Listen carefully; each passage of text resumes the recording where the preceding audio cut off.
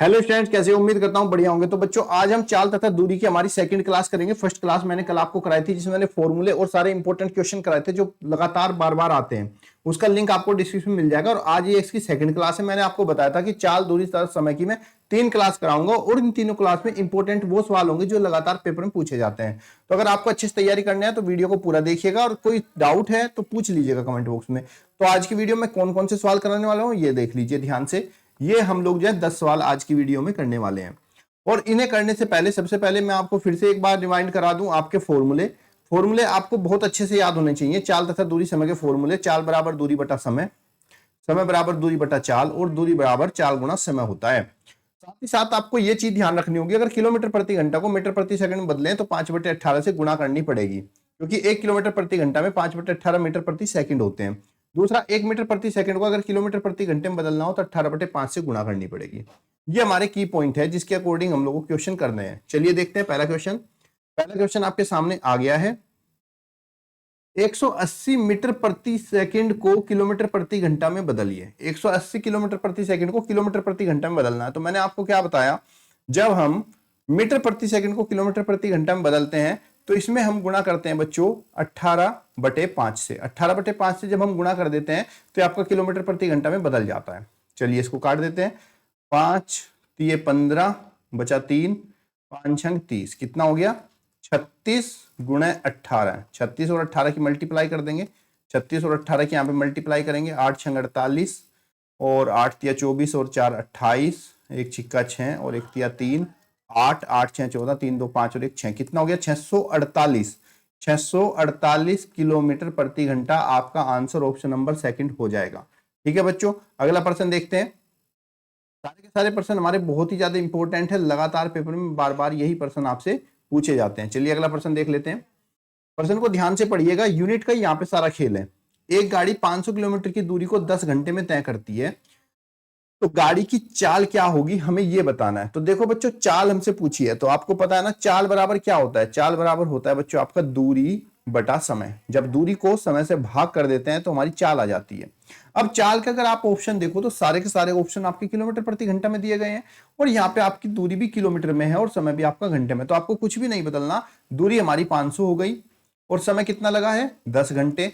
500 को 10 से भाग करेंगे, 50,500, तो 50 किलोमीटर प्रति घंटा आपका आंसर होगा। Option number first right answer होगा। अगला प्रश्न देख लेते हैं।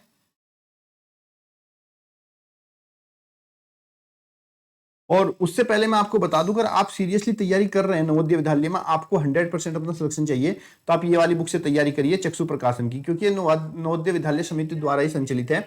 दूसरी बात, इसमें आपको 2500 बहुविकल्पीय प्रश्न, 6 प्रैक्टिस सेट और 10 सोल्व पेपर मिलेंगे। साथ ही साथ इसका आप प्रैक्टिस सेट भी खरीद सकते हो। इस प्रैक्टिस सेट की खास बात है, इसमें 1800 से ज्यादा बहुविकल्पीय प्रश्न, 20 प्रैक्टिस सेट और 5 सोल्व पेपर मिलेंगे।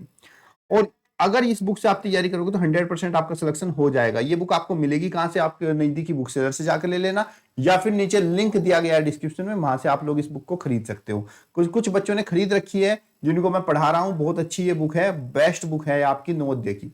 चलिए अगला प्रश्न देख लेते हैं। अगला प्रश्न आपका दिया गया है, एक बाइक सवार 60 किलोमीटर प्रति घंटा की गति से सवार है। 3 सही 1/2 घंटे में वह कितनी दूरी तय करेगा? तो क्या पूछा है बच्चों? इसमें आपसे दूरी पूछ ली गई है, और मैंने आपको बताया था दूरी बराबर होता है चाल गुणा समय। दूरी बराबर चाल गुणा समय होता है। तो चाल कितनी है? 60 किलोमीटर प्रति घंटा है, तो चाल हो गई 60। समय कितना लगा है? समय लगा है 3 सही 1/2 घंटा। तो ये जो हमारा 3 सही 1/2 है, इसको हम सही करेंगे तो 3 दूनी 6 और 1 7/2 घंटा हो जाएगा।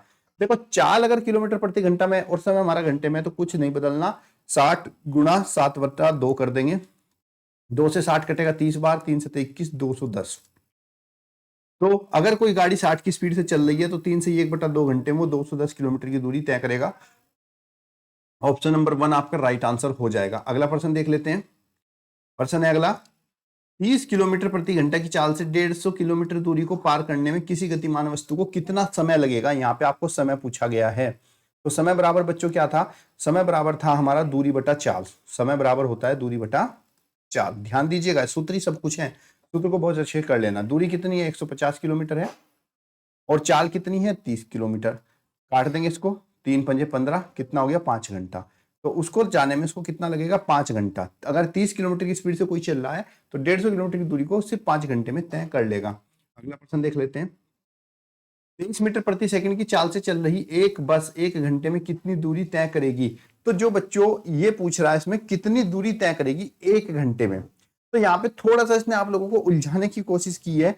देख रहे हैं ना, ऑप्शन सारे किलोमीटर में है और चाल हमें मीटर प्रति सेकंड में दी है। तो पहले हम यहाँ पे चाल को किस में निकालेंगे, पहले हम यहाँ पे चाल को निकालेंगे किलोमीटर प्रति घंटे में। ठीक है, किलोमीटर पर आवर में हम इसको पहले निकालेंगे। चलिए निकालते हैं किलोमीटर पर आवर में।